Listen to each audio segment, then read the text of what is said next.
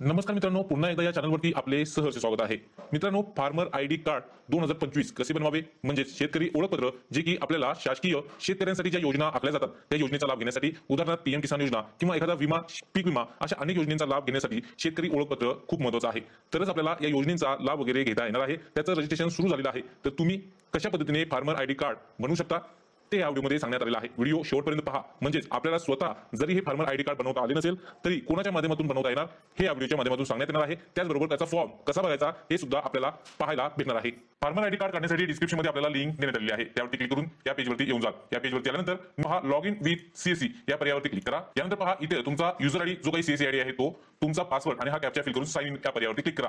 यानंतर पहा आपल्याला फार्मर रजिस्ट्रेशन फॉर्म ओपन होईल। यामध्ये पहा आधार ऑथेंटिकेशन पहिलाच ऑप्शन आहे। आधार कार्ड शेतकऱ्याचा नंबर इथे एंटर करा, त्यानंतर साइटला क्लिक करा। यानंतर पहा रजिस्टर्ड मोबाईल वरती ओटीपी गेलेला आहे, तो ओटीपी इथे फिल करा आणि व्हेरीफाय या पर्यायावरती क्लिक करा। यानंतर व्हेरीफाय या पर्यायावरती क्लिक करा।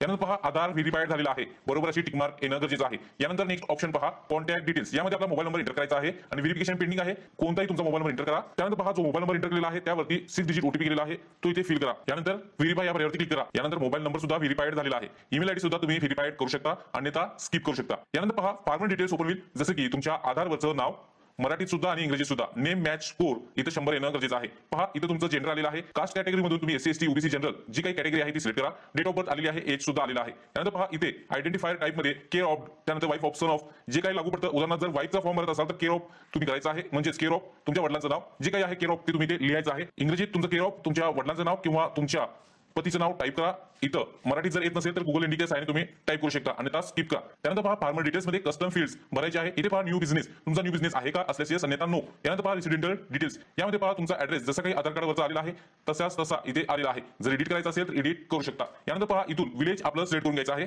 गावचं नाव। जर तुमचा ऍड्रेस आधार प्रमाणे येत नसेल तर इथे पहा इन्सर्ट लेटेस्ट रेसिडेंटल डिटेल्स या पर्यायावर क्लिक करून तुम्ही तुमचा इथे जिल्हा, त्यानंतर तालुका, विलेज आणि पिनकोड एंटर करायचा आहे। त्यानंतर तुमचा हा ऍड्रेस लिहून जाईल, इथे क्लिक केल्यानंतर। यानंतर पहा लँड होल्डर डिटेल्स, यामध्ये फार्मर टाइप मध्ये पहा ओनर टेंट्स आहे म्हणजे भाड्याने, की लँडलेस की फॉरेस्ट मध्ये आहे। ओनर कम टेंट्स म्हणजे ओनर कम भाड्याने असेल तर तुम्ही तो पर्याय सिलेक्ट करा। आता ओनर आहे त्यामुळे ओनर हा पर्याय मी सिलेक्ट करतो। ऑक्युपेशन डिटेल्स मध्ये ऑलरेडी टिक आलेली आहेत।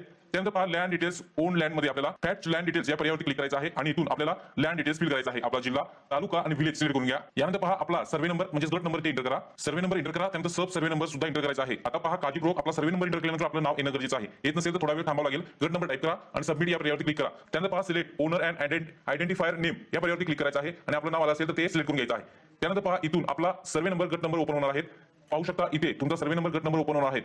तर इथून आपल्याला जे लँड ऍड करायचं आहे, उदाहरणासाठी मी एक ऍड करतोय, त्यानंतर सबमिट या पर्यायावरती क्लिक करतोय। त्यानंतर पहा ते लँड ऍड झालेला आहे अशा पद्धतीने। आणखी ऍड करायचं असेल तर फेच लँड डिटेल्स वरती पुन्हा क्लिक करायचं आहे, पुन्हा आपला जिल्हा, पुन्हा तालुका, पुन्हा विलेज सिलेक्ट करून आपल्याला पुन्हा गट नंबर सिलेक्ट करून घ्यायचा आहे आणि इथे त्याची लँड डिटेल्स फिल करायची आहे। त्यानंतर पहा इथे आपल्याला व्हेरीफाय ऑल लँड, ज्यावेळी सर्व तुम्ही लँड्स घेणार आहात त्यानंतर व्हेरीफाय ऑल लँड्स या पर्यायावरती क्लिक करायचं आहे। उदाहरणासाठी मी क्लिक करतोय व्हेरीफाय ऑल लँड्स या पर्यायावरती क्लिक केल्यानंतर खालती पहा स्मॉल फार्मर येऊन जाईल आणि इथे तुमचं टोटल लँड एरिया इथे आलेला आहे। त्यानंतर पहा डिपार्टमेंटल अप्रूव्हल आहे, इथं रेव्हेन्यू। त्यानंतर पहा इथं फार्मरचा कन्सेंट टिक मार्क करून घ्यायचा आहे, जे काही तुम्ही अटी शर्ती आहेत ते मान्य आहेत म्हणून। यानंतर पहा इथं डिक्लेरेशन बाय सीएससी ऑपरेटर यांनी सुद्धा इथं टिक मार्क करायची आहे की ही माहिती बरोबर आहे। त्यानंतर डिक्लेरेशन बाय सीएससी फार्मर यांनी सुद्धा इथं टिक मार्क करायची आहे घोषणा आणि त्यानंतर सेव्ह। यानंतर पहा इथं ओटीपी आणि बायोमेट्रिकचा ऑप्शन आहे फार्मरसाठी, तर ओटीपी या पर्यायावरती क्लिक करा आणि प्रोसीड टू ई साइन या पर्यायावरती क्लिक करून घ्या। त्यानंतर पहा आपला आधार नंबर एंटर करा आणि आधार ओटीपी हा पर्यायावरती क्लिक करून गेट ओटीपी वरती क्लिक करा। ओटीपी फिल करून सबमिट या पर्यायावरती क्लिक करा, थोडा वेळ वेट करा। यानंतर पहा इथं तुम्हाला रजिस्ट्रेशन सक्सेसफुलीचा मेसेज येऊ जाईल। आता याचा स्क्रीनशॉट मारून ठेवा, कारण पहा your registration has been successfully and your enrollment ID is, हा नंबर आहे, हा नंबर कॉपी करून ठेवायचा आहे। यानंतर पहा आपल्याला दोन पर्याय आहेत, ओके आणि डाउनलोड पीडीएफ। तर डाउनलोड पीडीएफ या पर्यायावरती क्लिक करा आणि याची डाउनलोड पीडीएफ आपण करून ठेवायची आहे। जसं की आपण जो फॉर्म भरलेला आहात फार्मर डिटेल्स वगैरे वगैरे तो फॉर्म इथं सेव्ह करून ठेवायचा आहे ॲग्रीस्टेक आयडी म्हणून। त्यानंतर पहा हा फॉर्म क्लोज करा। यानंतर आपल्याला ओके या पर्यायावरती क्लिक करायचं आहे। अशा पद्धतीने आपण सीएससी थ्रू ॲग्रीस्टेक आयडी काढू शकता, म्हणजेच फार्मर आयडी कार्ड। त्याचबरोबर पहा स्वतः आता तुम्हाला जर ती सुविधा उपलब्ध झाली तर तो फॉर्म कसा भरायचा याचा व्हिडिओ ऑलरेडी बनवलेला आहे, डिस्क्रिप्शन बॉक्समध्ये चेक करा। यानंतर आपल्याला फार्मर आयडी कार्ड बनवलेला आहे, पण आता आपल्याला यानंतर पुन्हा आपल्या याच वेबसाईटवरती यायचं आहे। त्यानंतर चेक एनरोलमेंट स्टेटस या पर्यायावरती क्लिक करा, जो एनरोलमेंट आयडी कॉपी केलेला होता तो इथे एंटर करा आणि चेक या पर्यायावरती क्लिक करा।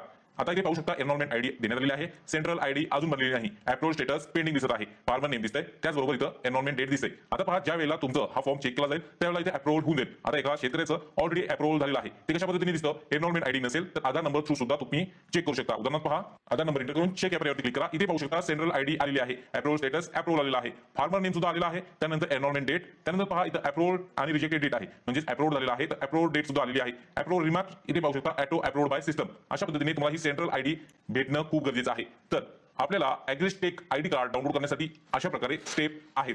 अशा पद्धतीने फार्मर आयडी कार्ड तुम्ही बनवून ठेवायचं आहे. धन्यवाद.